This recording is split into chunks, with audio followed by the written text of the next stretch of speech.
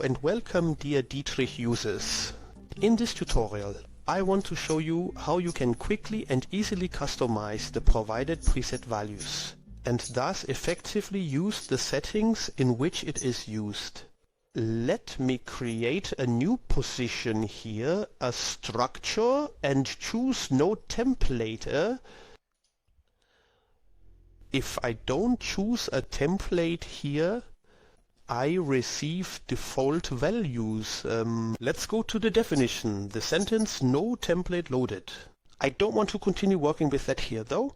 And now, from this collection here, based on the different applications, I'm picking out the roofing advertising set. Okay. What I want to show and achieve is I modify accordingly and keep only the values I need for a very simple gabled roof.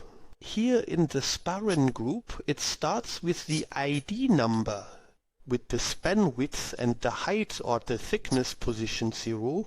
This change width here can become important for manually entered changes. For example, here these values save spaces. Ottoman to the gable, purlin to the gable, or for element roofs, which I would like to leave out of this set of variables because I don't need them for a simple gable roof.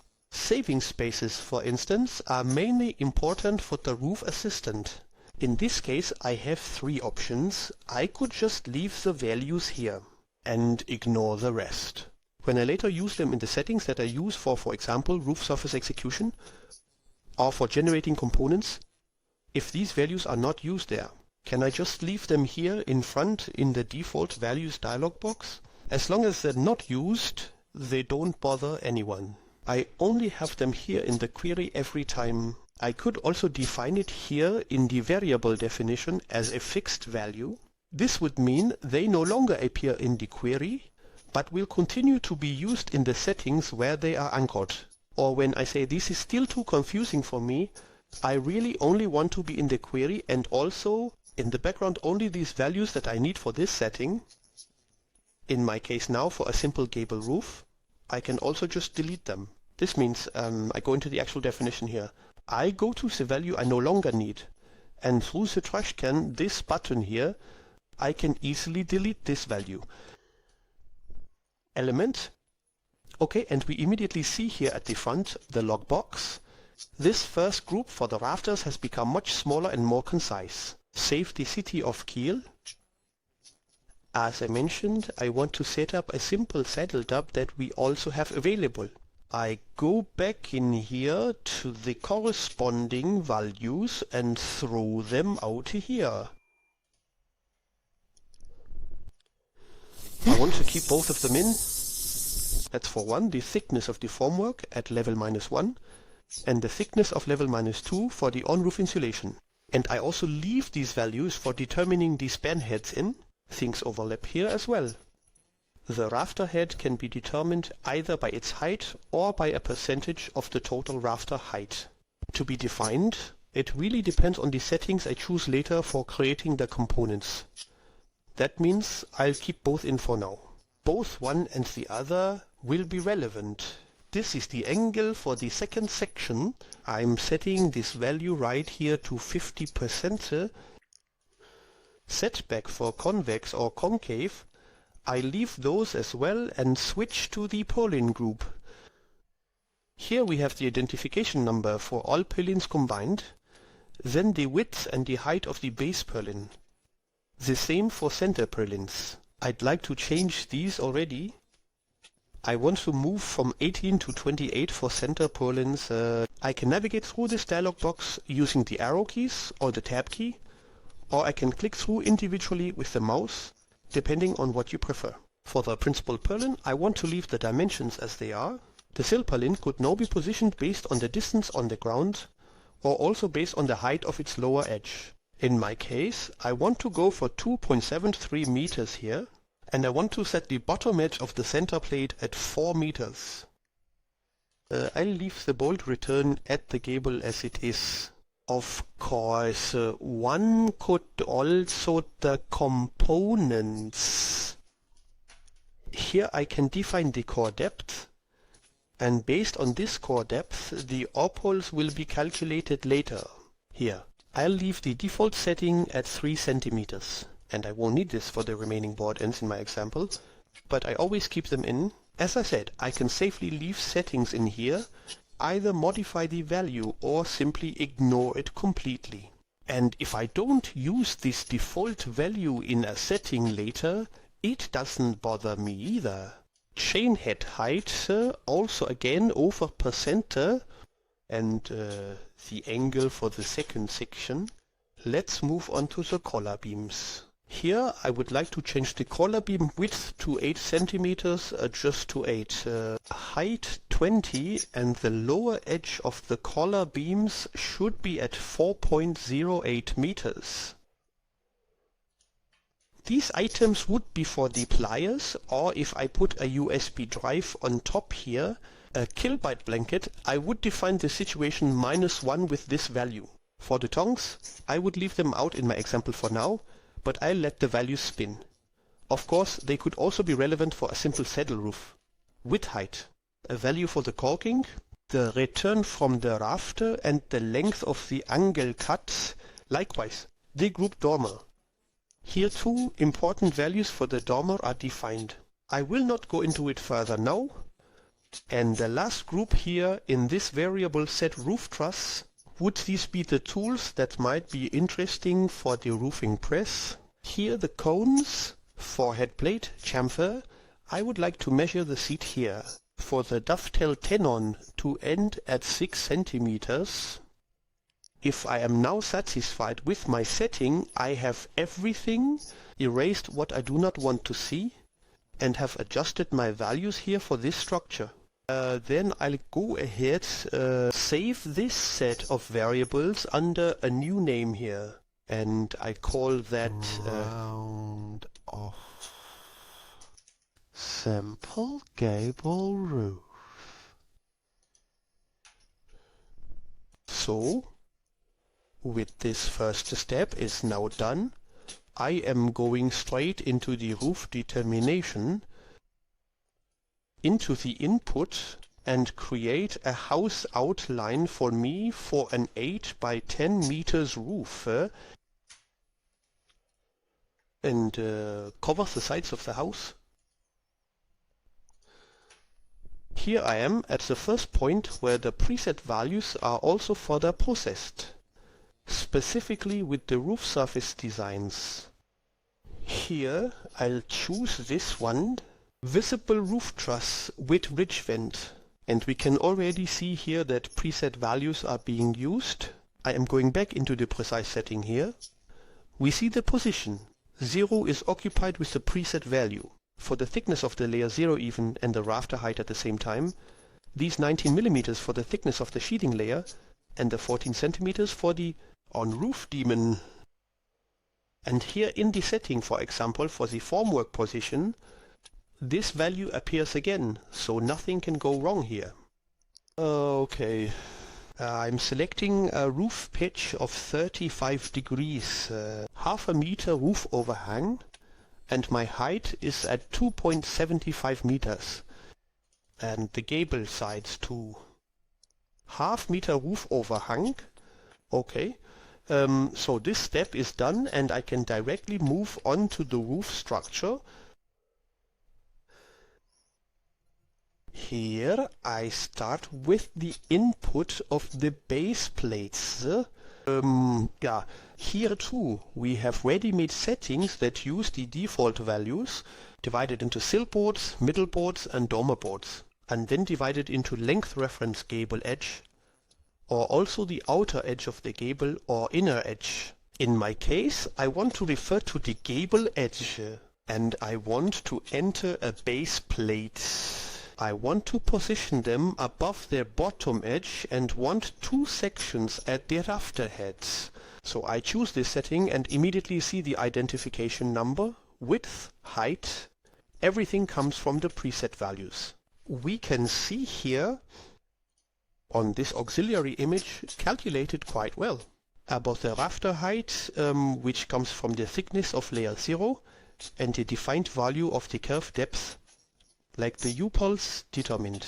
And here I see my 273 for the positioning of the lower edge, also as a preset value down here. Head processing. When I take a look here, I have my 75% that I defined and the 45 degrees for the second section angle. That means I can already insert these purlins just as they are for the middle purlin. I look for from the group center beds how the place could go, and I am taking here, again positioned under the bottom edge of the purlin, Eve 2 sections. Here again, my values come into play, and I have my 4 meters for the lower edge. And here as well, these 2. And finally, the ridge purlin. Here the grouping is a bit smaller, like the length reference on the edge of the eaves, and I choose here the prince falls to him in 2 sections. The same procedure as with the 2 pins before. Here too, all preset values are in the... With that, the plates are already done. Let me go to the input of the savings. I select 2 sections from the group here, right angles, the adjustment via %, and look here, that here my 50% from the preset value are used again. I divide the whole thing on this surface. This gap is already correct, 26 centimeters, so that fuel efficient outside is correctly defined. And if I choose 75 centimeters free color measure here, I get my 13 rafters, the same up here. Thus, the rafters are now positioned. Now, I would like to add a row of purlins. Here as well, just the 2 groups with or without connection at 2 plates. I'm doing it without connection. I want to position the Kyle bikes like this. This height is chosen so that the top edge matches the top edge of the center horse. And up there, for example, a cutting plate could be placed. Also, I position the K-bars from here to here. And now I would like to... Let me just show this from a perspective. My return bars we first connect bluntly to the center plate. For this I would like connect these now with a dovetail sound, turning off the rafters from the display, going to dovetail, and here for instance on the fixed values flaps offset standard, and here too all my default values are, for instance, the offset dimension has been changed to 6 centimeters, come into play here, and also the countersink depth defined as 0. I take my kill beams here as group 1, the middle plates, and I have all my dovetail joints ready here. As you can see, the default values go through everything. Dialogues for entering components, or for example the roof surface design up to the tools. Everything I define up front, and that's also in the setting is anchored, is here through the first dialog box that through the default values things get predefined. And later I just have to choose the respective settings, and thus save myself the hassle of changing all the individual values here. I am now saving this building and basically making a copy of it. Show me the rafters again and remove all the components here.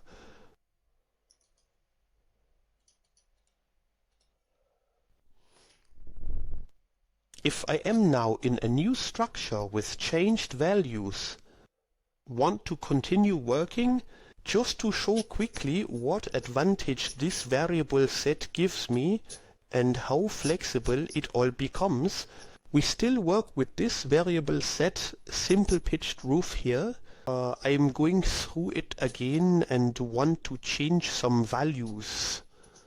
Let's say I saved 10 out of 24. I'd have a formwork layer of 22 millimeters and maybe 16 centimeters of above roof insulation, ending the saving head here at 75%. Also with the stairs. Maybe if I choose a different identification number. For example, here laminated wood, and then I'm taking 12 by 12 sill plate. I'll make the mid purlin 16 by 24. And I'll just leave the hard drive as is. Here too, maybe I have a different value, starting here with 3 meters. I'm moving the middle plate up a bit too. 450. Then I've got 454 here. And, no, it will look like a wanker. So, I still have the same roof layout here, the same house contour and roof merging roof overhang, but completely different parameters for the individual components, but can re-enter the components with the same settings I just used. I am starting now with the central plate. Here is still the setting from before, but we immediately see the new bottom edge for positioning. For the sill plate, I used this setting earlier, bottom edge, gable end, 2 sections. I can do the same here as well. Actually, without checking, because I know that my default values are anchored here and that they will be used correctly, I can enter my components in order here again. The same goes for the savings. The distribution here naturally fits again with the values from earlier. Of course, it would need to change for the other roof, but the component parameters immediately fit as they are, huh? the same for the K-bar. And of course, also for the dovetail joints. No. I quickly remove the rafters, then I can work here again with the same setting. In that case, I haven't changed anything here either.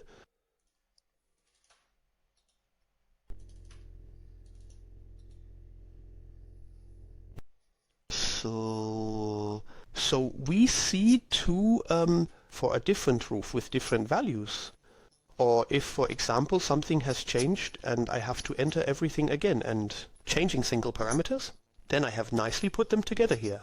In my presets, my dialog box, where I go through them with my auxiliary images and explanations. And with the right settings, everything will be much faster afterwards.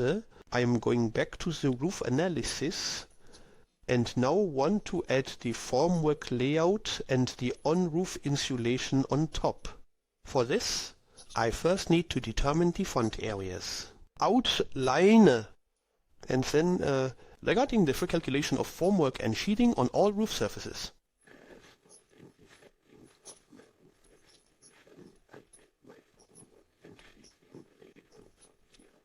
Let's move on to OpenGL.